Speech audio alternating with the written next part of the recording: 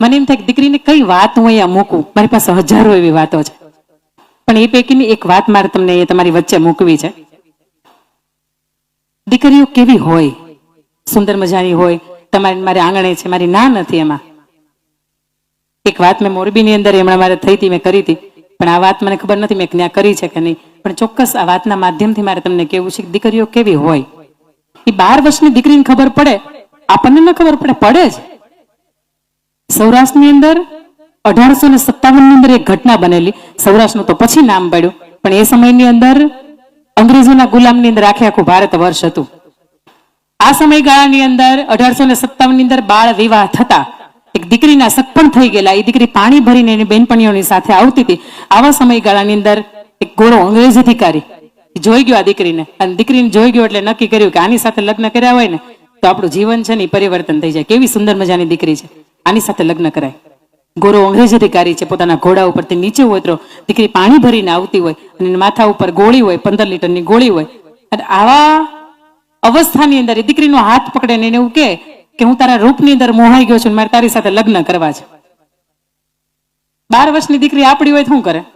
બચાવો બચાવો બચાવો એવું મહિલા અભિયમને ફોન કરે. એ 12 વર્ષની દીકરી, ઇતિહાસની દીકરી તમને મને એવું કહેતી ગઈ કે 12 વર્ષની દીકરીના માથા ઉપર ગોળી હતી, લીધી, જમણા હાથે પકડી અને ફરતી ઓલાને મારીને તો ઓલાને લગભગ અડધું હેમરેજ થઈ ગયું હતું, મગજ કામ કરતો બંધ, લોહી લુહાણ થઈ ગયો હતો. એની સાથે જે 5-7 સાથીદારો આવ્યા હતા એને લઈ ગયા. દીકરી ઘરે આવી, એના પિતાશ્રીની સામે રડતી હતી, બાપુ જીવાશે નહીં, નથી જીવવું હવે.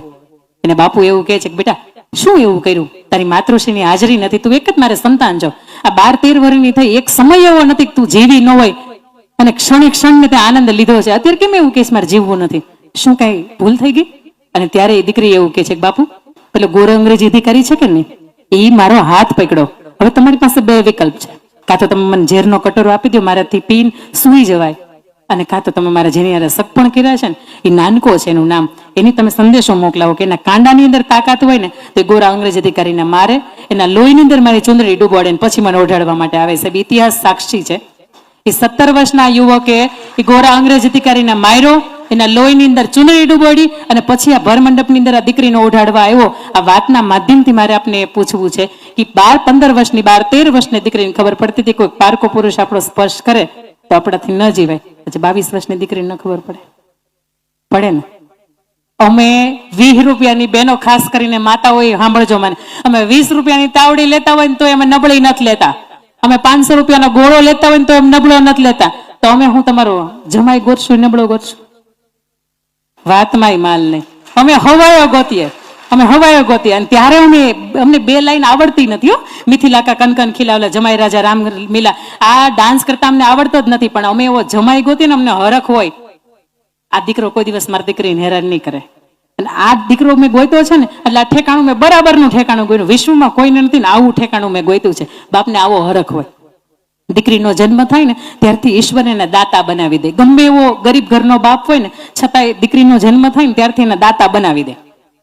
કન્યાદાન તો એ કરશે ને, એક દાન નહીં કરે. વિશ્વનું શ્રેષ્ઠમાં શ્રેષ્ઠ કોઈ દાન હોય તો એ કન્યાદાન, પણ એને કન્યાદાન બાપ આપી શકે આવી ફરજમાં આપણે રાખીએ કે નહીં? આપણે એક ડગલું ભરીએ ને તો ભલે આપણને કોઈ પૂછવા વાળું નથી, ભલે આપણે પરિવાર આપણને છૂટ આપી દીધી, ભલે આપણને કોઈ જોવા વાળું નથી, છતાંય આપણી ફરજમાં આવે છે કે આપણે ક્યાં જઈએ છીએ, હું કામે જઈએ છીએ. આપણે ભલે આપણા મા બાપ નથી આપણને પૂછતા, પણ આપણે એને કહીને જઈએ. મોરબીની જો તમને આ ક્યાંક ક્લિપ આડી આવે ને તો તમે જોજો, આ વાત લાંબી છે એટલે અત્યારે મારે નથી કરવી, પણ એક વખત તમે તમારા મા બાપથી ખોટું બોલો છો ને હું પરિણામ આવે છે ને સાહેબ, બહુ અઘરા પરિણામ આવે, બહુ જ અઘરા. તમને એમ થાય કે હું ફેર પડે એક વખત ખોટું બોલ્યાથી, પણ એક વખત ખોટું બોલો ને 1000 વખત ફેર પડે. હું તો એમ કહું છું કે તમારે કોલેજની અંદર જો 2-4 ફ્રેન્ડ્સ છે, પુરુષો છે, દીકરાઓ ફ્રેન્ડ છે, તમે એટલા ચરિત્રના ચોખ્ખા હોય ને તો હકથી કહો ને કે મમ્મી અમારો દોસ્ત છે, આ એક નહીં એવા 4-5 છે મારા દોસ્ત છે, બધાની યારે બને છે, અને એક નહીં અમારે આખું ગ્રુપ છે. મા બાપ તમારા એટલા સમજના છે, અત્યારની જેટલી યુવા પેઢી છે ને એના મા બાપ એટલા સમજના છે કે સમજી શકે ભાઈ ભણે છે હોય, મૂવી જોવા જાય છે તો જાઓ.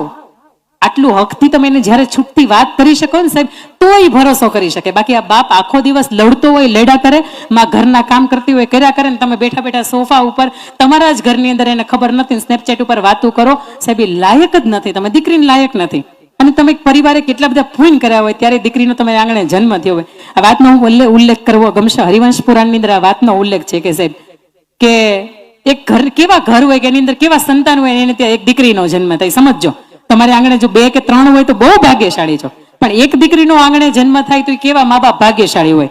અને ત્યારે હરિવંશ પુરાણની અંદર સુભદ્રાજીનો, કૃષ્ણના બહેન સુભદ્રાજીનો જ્યારે જન્મ થાય અને ત્યારે દેવર્ષિ નારદ નારાયણને પૂછે કે પ્રભુ કેવું ઘર હોય, તો એને ત્યાં એક દીકરીનો જન્મ થાય. અને ત્યારે પ્રભુ વિષ્ણુ ભગવાન એને કહે છે, નારાયણ ખુદ એને એવું કહે છે, દેવર્ષિ સાંભળો, જે મા બાપે સતત 3 વર્ષ સુધી કોઈ એક ભગવાનની સેવા પૂજા કરી હોય, એને જમાડવાના, એને સુવડાવવાના, એને ફરવા લઈ જવાના, એને નવડાવવાના, એને ભોગ જમાડવાનો, 3 વર્ષ સુધી કોઈ એક દંપતીએ સતત 3 વર્ષ સુધી કોઈ એક ભગવાનની સેવા કરી હોય, 111 જેટલા વૃક્ષો વાવ્યા હોય, 1111 જેટલા બ્રાહ્મણોને એક સાથે તમે બેસાડીને તમે એને ભોજન જમાડ્યા હોય, 11,000 જેટલા તમે યજ્ઞ કર્યા હોય, 1 લાખ ગાયના દાન દીધા હોય, અને ઈષ્ટ દેવતાની કે માતાજીની કૃપા થાવી હોય તો તમારે આંગણે એક દીકરીનો જન્મ થાય. તમારા પરિવારની અંદર સંતાનમાં 1 દીકરી, 2 દીકરી, 3 દીકરી હોય તો હરખથી સમજજો કે અમે ઈશ્વરના ચોપડાની અંદર કેટલા ભાગ્યશાળી છીએ. સાહેબ, આમનામ દીકરી દેતો જ નથી. દીકરી આપે ને ત્યારે ઈશ્વર એને કઈને મોકલે. ચિંતા ન કરતી, હું બેઠો છું. ચિંતા ન કરતી, હું બેઠો છું. અને આજ સુધીમાં કોઈ દીકરીના બાપને કરજ થાય એવું મેં નથી જોયું. પણ દીકરો એમ કે ધંધો કરવો છે, બાપા 10 લાખ રૂપિયાની લોન કરાવે હોય, એની જે ઓલી મકાન કે જમીન કે જે કંઈ પણ હોય ને એને આપે. બાપા લોસ ગયો, કોરોનાની અંદર બધું બંધ થઈ ગયું. બાપા બીજી જે બાકી રહી ગયું ને તો પોતાની જાત ઉપર લોન કરાવે ને સાહેબ દીકરાને ધંધાની અંદર ચડાવ્યા છે. એવા બહુ ઓછા દીકરા હોય કે હાંગો પાંગ નીકળે, મા બાપને હરખથી હાચવે. પણ કેટલા બધા દીકરાઓ એવા છે. વિરોધ નથી અહીંયા કોઈ વાતનો, પણ આ એટલું ચોક્કસ કેવું છે કે દીકરાનો જન્મ થાય ને ત્યારે ભગવાન એને એવું કહેતો હોય, સંભાળજો, 20-22 વર્ષનો થાય ને બાપના ખભા ઉપરથી ભાર ઉતરી જાય ને આવો જીવન જીવાય. બાકી દીકરા તરીકે તને નથી મોકલવો, હજી તને લાઈ દીકરી તરીકે મોકલી દઉં. દીકરી હોય ને પેટમાં બળે અને બાપનું પેટમાં બળે. પણ આજથી ક્યારે ખબર, 10 વર્ષ પહેલા બળતું હતું. એક દીકરી છે ને આવડી એવી 7 વર્ષની હતી, અને દીકરીને એના કુટુંબ વાળા એવું કીધું કે જયારે તારો જન્મ થયો ને ત્યારે તારી માં છે ને માંડ બચી હતી, માંડ બચી. તને ખબર છે? ના મને નથી ખબર. દોડી મમ્મી પાસે ગઈ, બધ ભરી ગઈ. મમ્મીને કે મમ્મી, હું નાની હતી ત્યારે તું માંડ બચી હતી, ડિલિવરી વખતે તારો મારો જન્મ થયો ત્યારે માંડ બચી હતી? હા બેટા, હું માંડ બચી હતી. એટલી બધી બધ ભરી ગઈ, વાલી કરવા મળી. માતન કઈક થઈ જાય, મને કઈક થઈ જાય. એની મા અંદર થી ખાલી એટલું બોલી કે હું મરી ગઈ હોત તો, હું કદાચ અત્યારે મરી જાઉં તો. અને દીકરી 7 વર્ષની એમ કે છે, માં તો હું ના જીવું, હું મરી જાઉં, હું તારી વગરની જીવું નહીં. દીકરી આટલી કેટલી બધી આત્મીયતા, તમે સમજો કેટલો પ્રેમ છે, કેટલો વહાલ છે, કેટલો સ્નેહ છે એકબીજા પ્રત્યે. અને 24-25 વર્ષની થાય ની દીકરીની મા એને એવું કે બેટા સમજ, પાછી વળ, એ ઘર, એ કુટુંબ, એ પરિવાર, એ પુરુષ તારે લાયક નથી. છતાં એ દીકરી શું કહે ખબર, હું તને નથી ઓળખતી. એટલે સાહેબ, જેના કુખની અંદર તમે 9 મહિના પાટા માર્યા છે, તમારી ફરજમાં આવે છે ને આહુડા લૂછવાના, એને હવે જીવતા જીવ પાટા ન મરાય. આ ઈ માં તમારે મારા આંગણે બેઠી છે કે એને આપણા જીવનને ઉગાર્યા છે. પછી વાળા ધોવાની ખબર નથી પડતી તેથી આ મા બાપે ધોયા છે. એડમિશન લેવાની ખબર નહોતી પડતી બધી પહેલા ધોરણની અંદર આ બાપે આપણને દાખલો લઈ દીધો છે. 1 લખવાની, 2 લખવાની, 5 લખવાની ખબર નથી પડતી. અત્યારે નંબર ડાયલ કરવાની ખબર પડી ગઈ તો કોકનું થઈ જવાય ન થવાય. તમને 25 વર્ષનો કોકે પ્રેમ કર્યો અને તમને એનો પ્રેમ ન લાગતો હોય તો ભલા માણસ 2.5 વર્ષનો પ્રેમ ન કહેવાય. અજવાળું હોય ને તો ત્યાં માખી જીવડા બધું આવે, અજવાળું હોય ને આકર્ષે. પણ ટમટમ તો દીવો ભૂલી ના ફોક્સની પાસે ન જવાય. આ મા બાપ તમારા કાંઈ પણ લે છે ને તો 1000 વખત વિચારે. તમારું ઠેકાણું ગોતશે તો વિચારશે નહીં, 1000 વખત વિચારશે. અને તમારા દુઃખીની અંદર દુઃખી નહીં થાય ને. અને આવું બિલકુલ નથી કહેતી કે લવ મેરેજ ન કરાય. ગમતા પાત્રની સાથે લગ્ન કરવામાં બિલકુલ વાંધો નથી, પણ મા બાપની એમાં અંદરથી હોકારો હોય ને તો કરાય, અંદરથી એનો રાજીપો હોય ને તો કરાય. અને ખાસ કરીને કે તમારો સમાજ ક્યાં નાનો છે, સમાજ કેવડો મોટો છે. સમાજની અંદર સાહેબ ઘર કેવા છે. તમને ઈ ન ગમે, તમે 500 રૂપિયાની કઈક ટી-શર્ટ લેવા માટે ગયા હોય ને તમે આખી દુકાન ફંફોડી નાખો. બોલો હા કે ના? હું તો એમ કહું છું બાયોડેટા આવી રીતે ફંફોડી નાખો ને. 500 જોવો ને, પણ બાયોડેટાની વાર તો હજી વાર છે. અમારે બાયોડેટા બનાવવાની વાર છે તમારી હજી. અમારે તમે 500 રૂપિયાનું ટી-શર્ટ જેવું તેવું પસંદ નથી કરતા, તમે તમારા પગના ચપ્પલ જેવા તેવા પસંદ નથી કરતા, તમે તમારા ડ્રેસમાં એલી ઇયરિંગ ગમે તેવી આવી ગઈ હોય તો તમે ઈ પસંદ નથી કરતા. તો ભલા માણસ તમે તબલા વાળાને ગમે એને પસંદ કરી નાખો. બહુ સમજની વાત છે. આપણો સમાજ કેમ નાનો છે? સમાજની બહાર પગલું ભરો તો તમારો સમાજ તિરસ્કાર કરે ને. તમારી રાહ જોવાતી હોય ભલામણા ગામમાં એવા કામ કરે કે તમે આંગણે આવો ને તો કોઈ રાહ જોવાય આપડી કે નહીં એની દીકરી આવી છે, એવા કામ કરીને જાઓ. ઝીણાભાઈ ભરવાડ ને ઘેરે ભાવનગર ની અંદર 2022 ભૂલ ન કરતી હોય તો 26 ફેબ્રુઆરી 2022 ભાવનગર ની અંદર સુભાષનગર એરિયો એની અંદર ઝીણાભાઈ ભરવાડ ને ઘેર જાન આવે. દીકરાના દીકરીના બેયના લગ્ન છે. મતજો દીકરાની જાન આવતીકાલે જોડવાની છે. આજ દીકરીના લગ્ન છે. બેન હેતલબેન ના લગ્ન છે. મહેંદી મુકાય, પીઠી ચોડાય, દુલ્હનના વેશની અંદર એ દીકરી તૈયાર થઈને બેઠી છે ને આ બાજુ ડબક ડબક ડબક ડબક કરતી જોવા જાન છે એ હાલી આવે છે. એની બેનપણીઓ અંદરથી ક્યાંક એની હસી મજાક કરે છે. હજી તો જાન આંગણે પહોંચે ઈશ્વર કંઈક કરવું અને હેતલબેનના પ્રાણ પંખી ઉડી જાય. ઘટના સાચી છે. હવે શું કરું? પાંચ ઘરના કુટુંબના સમાજના આગેવાનો હોય ને નક્કી કરે કે આવી રીતે ઘરને આંગણેથી જાન પાછી જાય ને તો એ તો અપશુકન કહેવાય. આવતીકાલે આપણે જાન જોડવી છે. આજ કોકનો દીકરો આપણે આંગણે જાન લઈને જોડીને આવ્યો છે ને એમાં તો અંદરો અંદર થાય ને મામા ફઈમાં થાય એટલે જાન આવી રીતે પાછી જઈને અપશુકન કહેવાય. ઝીણાભાઈ ભરવાડે એવું નક્કી કરે છે કઈ વાંધો નહીં, મારી મોટી દીકરીને આ કાળિયા ઠાકરે જે કરવું હતું એ કર્યું, પણ હું પ્રતિજ્ઞા લઉં છું કે મારી નાની દીકરી છે ને એ ભર મંડપની અંદર પરણશે અને જાનને હું પાછી નહીં જવા દઉં. 5 ની વચ્ચે નિર્ણય લેવાઈ ગયો. સમજજો, દીકરીને ખાલી એટલો સંદેશો મળ્યો બેટા તારા બાપુએ નિર્ણય લીધો છે કે દીકરીની આ હાલત જે પણ ઘટના બની છે આ જાન વહી જાય ને પછી એની જે પણ ક્રિયા કરવાની છે પછી, પણ તારા પિતાશ્રી એવો નિર્ણય લીધો છે કે જાન પાછી ન જાય ને એના માટે તારી પૌણી જવાનું. દીકરી ઈ જ સેકન્ડ ની અંદર તૈયાર થઈ ગઈ, દુલ્હનના વેશની અંદર તૈયાર થઈ જાય. માથે એને ઓઢ્યું છે. એની બહેનપણીઓ એવું કે છે તું કે તો ખરા આજ સુધી જેને તે જીજાજી કીધા છે કાલે હવારમાં તારી પતિ બનશે, તને ગમે છે કે નહીં, તારી કુટુંબ ગમે છે કે નહીં, તને ઘર પરિવાર ગમે છે કે નહીં, તું એની સાથે એડજસ્ટ થઈ શકીશ કે નહીં, તું હા કે ના તો કે ડાયરેક્ટ તારા પપ્પા નો કે નિર્ણય લઈ લે. અને તે દિવસે 21-22 વર્ષની દીકરી એવું બોલી મારા બાપ જે ઠેકાણું ગોતતું હોય એમાં પૂછવાનું જ ન હોય. એને મારી બેન માટે ગોતું હતું એ ઠેકાણું કઈ જેવું તેવું ગોતું હશે અને કદાચ એવું કહે છે કે બાપ બેહી જાય એને ક્યાં પ્રાણ માંગી લીધા છે, એને તો ખાલી જીવન માંગ્યું છે ને અને એવું જ એને ઠેકાણું ગોતું હોય જેમાં મારો સુખ હોય. 2022-23 ની જ આ ઘટના છે. આસપાસની ઘટનાઓ તમારે મને શીખવે છે બસ બાપના અહીંયા બાપના આંગણે જ્યાં સુધી રહીએ ને રાજ થઈને રહેવાય.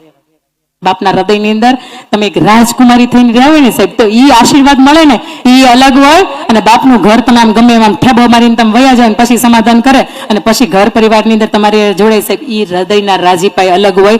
પણ એક દીકરી હંમેશા રાજકુમારી થઈને રહી હોય ને તો એના સમાજ નોંધ લેતી હોય, તો સમાજ એને પૂંખતું હોય.